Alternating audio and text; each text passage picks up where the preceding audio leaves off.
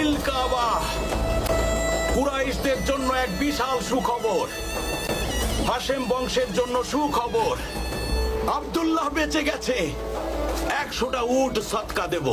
কাবার চারপাশে সবগুলো দরজার সামনে এবং পর্বত সমূহের সামনে কারো খাওয়ায় বাধা থাকবে না, না মানুষ, না কোনো জিন, না পাখি, না কোনো জন্তু।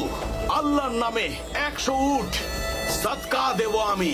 তোমার উন্নতি হোক আব্দুল মুত্তালিব। আব্দুল্লাহর উপর রহমত আছে, তার উপর আল্লাহর রহমত আছে। এটা আল্লাহরই উপহার। আল্লাহর নির্দেশেই আমি গরিব ধনী সকলকেই এই আহার করাচ্ছি। গরিব হোক আর ধনী, অথবা হোক কোনো পথিক। উপস্থিত কুরাইশগণ, উপস্থিত হাশেমের বংশ, আমি আমার পুত্র আব্দুল্লাহকে বিয়ে করাবো ওয়াহাবের কন্যা আমিনার সাথে।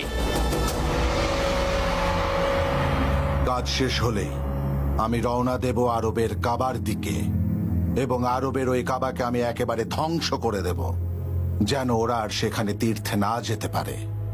তারপর আমি তীর্থযাত্রীদের আদেশ দেব যাতে নাজরানের শহীদদের স্মরণে তৈরি গির্জায় যেতে।